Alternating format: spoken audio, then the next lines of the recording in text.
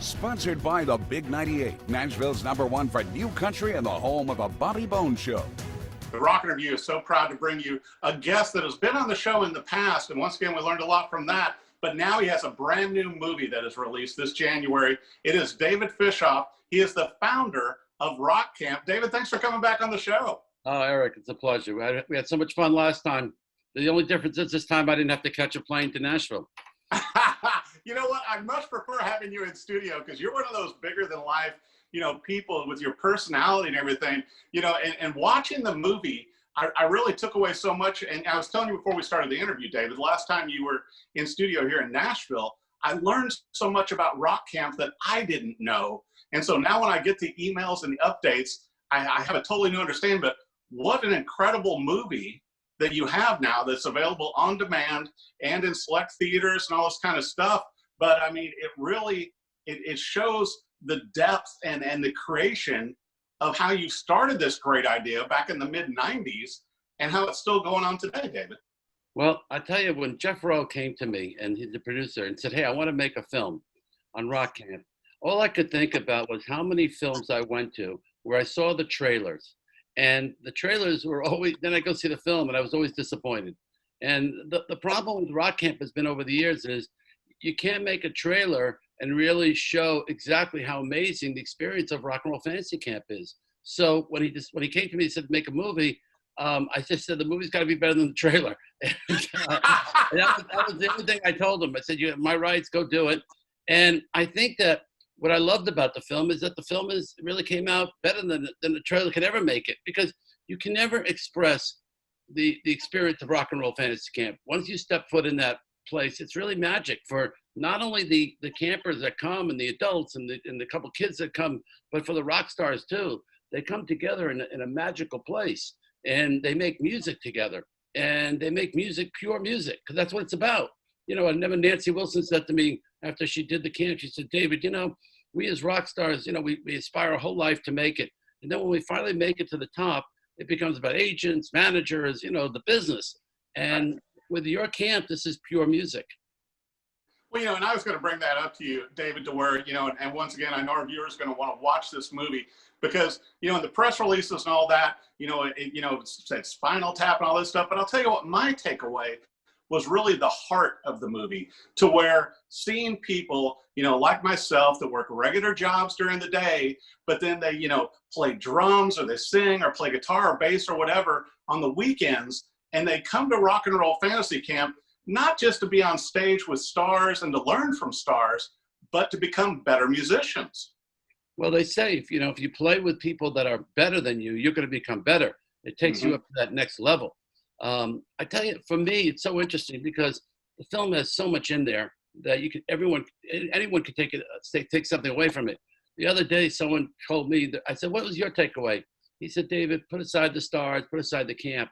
The fact is that you feature two youngsters in the film and you show how the power of music affects them. And I think to me, that really touched me because really it is amazing what the power of music can change a person's life. And I think, you see it very much in this film. Now, the other takeaway I'm hoping people take away from this film is whether you're a musician or you're not. Let's say you create apps. Let's say you want to write a book. Let's say you always want to do something, but you were stuck. You were feared. You had so much fear in you couldn't do it. I'm hoping that by watching this film, you'll be able to overcome your fear, and no matter what field you're in, and be able to do it. Now, these people do it through music. You can be able to do it anything you want to do. Well, I have to brag on you too, David. Having known you for a while, you are a published author with 2 books under your belt as well. But what I really enjoyed also, and once again, knowing you as I do, to where I enjoyed seeing the video and the pictures and everything, of your brother, and you talking about working in the Catskills. And to me, the rock camp that you've created kind of is an extension of that, to where, with all the athletes you helped back in the day before you got into the music realm, and obviously brought the Monkees back onto the map with what you did. When Mickey says that, it's like, no, we really need to thank David. It's like, oh, okay, there you go. Well, that's what I love. I wake up every day trying to create a new idea. And I think if you look through my career, you can see I don't just rest on one thing. Mhm. So I'm ADD, so I take that to my advantage. Where every day I come up with a new idea, whether it's creating a new camp, coming up with when I was doing Ringo's All Star Band, creating a new All Star Band every year. When I was representing the athletes, I created a program called the Quarterback Club. I used to just constantly find ideas to take the talent and just add more to it. So Rock Camp is really probably one of those ideas where I was on tour with Ringo, and Joe Walsh and Levon Helm played a joke on me, and as you see in the film, and Right. that joke led to Rock and Roll Fantasy Camp. So my mind's always going. Sometimes it's going too fast. Well, and one of the things too, David, is that, once again, you're a real person, even though everything you've accomplished. I love seeing you, on the treadmill, doing all this stuff. And then, I expect you to like hop on a Harley or a custom motorcycle, and there you are tooling through town on a scooter. And it's like going, you could afford anything. Well, if you live in Los Angeles, you know our traffic issue here. So Oh, yeah. I love when these friends of mine, they pull up in their Ferraris and their Mercedes, and I tell them, okay, I'm going to race you from Highland to Beverly or to La Cienega, and in my scooter I'll get there a half hour earlier than they will. So it's really more for convenience. Yeah, but I just thought, to me, it just really kept the whole thing real. I got to ask you this question too. Seeing while you're working out and everything before you even get out of the house, like, how many rock star phone numbers are in your phone, just off the top of your head? Well, probably none. I always got to keep looking them up. So yeah, no, I do have a nice roster. I've met some of the amazing people. To me they're people, and I got to tell you, they've been.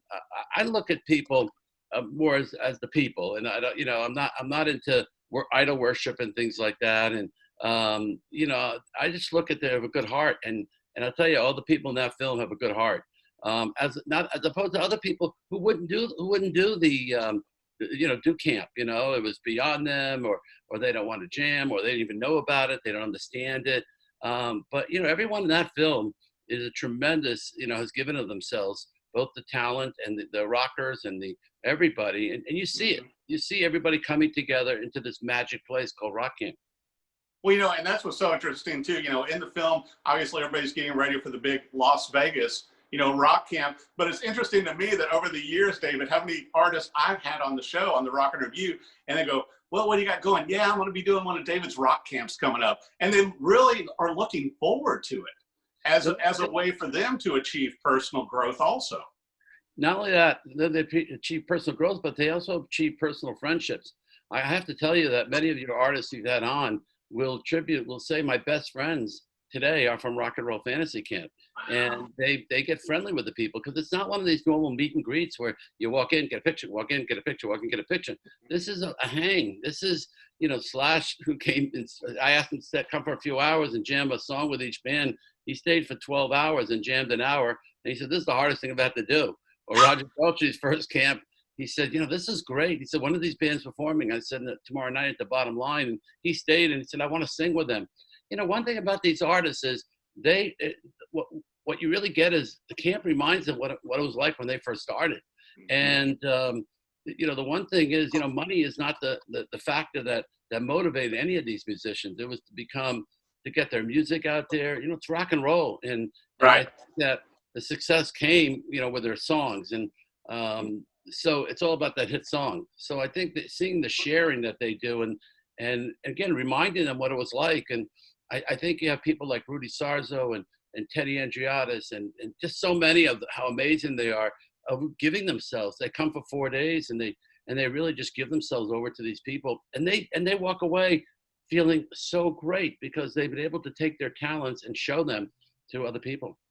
And I've got so many favorite parts in this movie, and just talking with you about it makes me want to watch it again. So I'm going to have to watch it again tonight. But it's like, Eric, one of my ideas was, in the next release, it goes wide in February 16th on Apple and Fandango and Amazon. And one of the promotional ideas I came up with was maybe you have to name every rock star in the film, because it is fun to watch.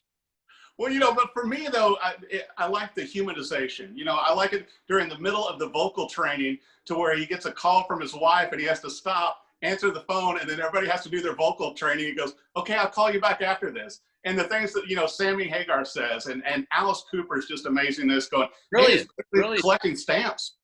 It's amazing. Alice is brilliant. Sammy's brilliant. They really are. I'm so thankful to them.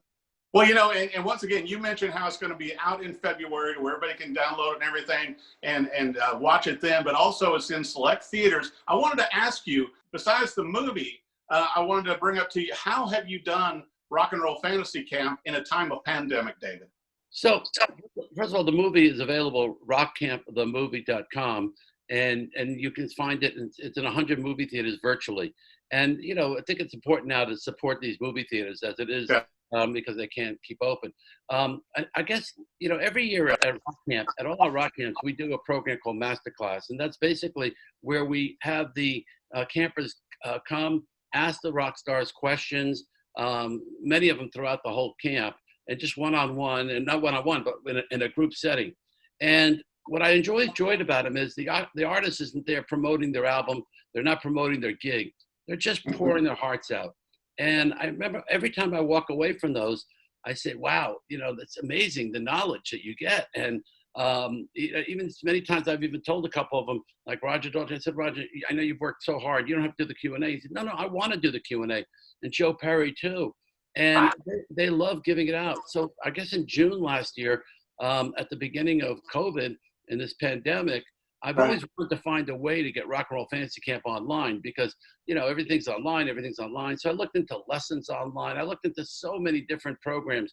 And I found that the best thing to do is, let me try some master classes with some of our counselors like Rudy and Mark Farner. I went to Mark Farner from Grand Funk. And I said, hey, folks, you can Zoom in and for an hour and you can ask these people questions. And we'll do a Zoom session. We'll limit it to 20, 25 people. Well, it turned out to be so successful and everybody kept wanting to do it and got more and more stars. We did 150 of them. And a lot of these bands, like Joe Elliott and Styx and the Scorpions, they did it to raise money for their crew. And Roger Daltrey gave all his money to Teen Cancer America. So they all found a reason to do these classes. And even Alice Cooper, he has a program after school. So I think what was great about it was that you got to hear the knowledge, and you still do. We do them now constantly. You get to hear the knowledge from these artists. And I'm telling you, it is unbelievable because you're hearing the information of people who've made it, not from people who teach it at schools and not you're hearing it from the horse's mouth. And I cannot tell you, every night I walk off those classes, Britt Lightning from Vixen, she's the host. And, after I get on the phone with her and I say afterwards, I said, Britt, that was amazing. And she says, yeah. She said, this was my favorite. Every night's the favorite class. I mean, so it really has been, I've been going, it's like going to Rock University. And so they go to our website, rockcamp.com. And the exciting part is we're branching out to country now. We're going to do country camps and, country, not only country camps, but country master classes. Yeah. We got Chuck D this Saturday. Wow. We're branching out and it's been fun. Look, David, you're such a visionary in all these things you've done. And once again, like I said, with the movie, it's hard for me to pick a favorite clip in there because I enjoyed so much of it, but really what got my heart was, were the campers that were, working their daily jobs. And then they come and enjoy, rock camp as a way to chase after their passion that they don't get to during the week. Maybe they're weekend musicians and all this. I like it too, and I'm not going to give it away. I don't want to give too much away on this great movie, but that at the end, they kind of wrapped it up in a bundle. It's like, well, here's what they're doing now. And they've joined a band. And it's like it just had that warm, fuzzy hug, and I think all of us, being musicians or people that just enjoy listening to music is just such a part of our lives. And I think that, there's so many great storylines within this movie that you guys accomplished, and having great director, producers, and editors didn't hurt anyway. Award-winning to pull off a movie of this size. Doug Blush, who edited 20 Feet from Stardom, and he was my go-to guy, and because that's one of my favorite films. There could be 1,000 stories of the people that have come to camp. This is just 4 of them. But Right. the stories are really incredible. Each and every one who comes to camp has a story to tell, as each rock star does. But I think what I'm hoping people also enjoy about the film is, so many music docs are all behind the music. Just put the band. They got successful. They lost all the money. The manager stole all the money. They lost their publishing, and then they went back up again, and now we're selling out arenas. So, and you put the band in there, and you put the name in. This film is not like that. This film will take you on a ride from the minute you start till it ends. And so I really have to give a lot of credit to Doug Blush. It took him 5 years to finish.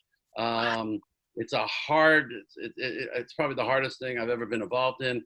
And I'm just excited that I had great people like Doug and Jeff Rowe and, who did this. And I had to stand on the side. Well, I think it's such a positive message. And David, you're such a visionary with everything you do. But like I said, I'm going to have to watch this movie again. And it's just, just because I know there's things I missed. But Rock Camp, the movie, it's in select theaters. Where should all of our viewers go to make sure, if they want to download it or find a theater near them, David, where should they go? So all the information, there's a website called rockcampthemovie.com, and they can find the ticket to watch it, and they could pick the theater that's near them if they want to support the local theater. February 16th, it goes on Apple. They'll be able to download it. They'll be able to rent it, and it goes wide in February. And so I'm hoping people enjoy it. And Eric, thank you so much. It's always great to connect, and love your enthusiasm too, because we're going through a tough time now, and this is really a tough time. I feel bad for a lot of musicians and a lot of the crew. Our master classes that we're doing every night, they can also go to rockcamp.com and see the latest master classes. But we're supporting charities like Sweet Relief. Once that's about helping crew people. When you download the movie, $1 goes to Music Cares. And I think it's about giving, and that's what the film's about. So in this crazy pandemic, I think people enjoy the film because it will take them on a ride. And I think we as a country now need it. I think we all do, and I'm so glad the movie is out, because I know you and I talked about it last time you were here in Nashville. Congratulations, David Fishof. Thanks for talking to us about Rock Camp, the movie, and look forward to having you in studio next time you're in town, David. Thanks for joining us. Okay, Eric, all the best. Thank you. Sponsored by the Big 98, Nashville's #1 for new country and the home of the Bobby Bones Show.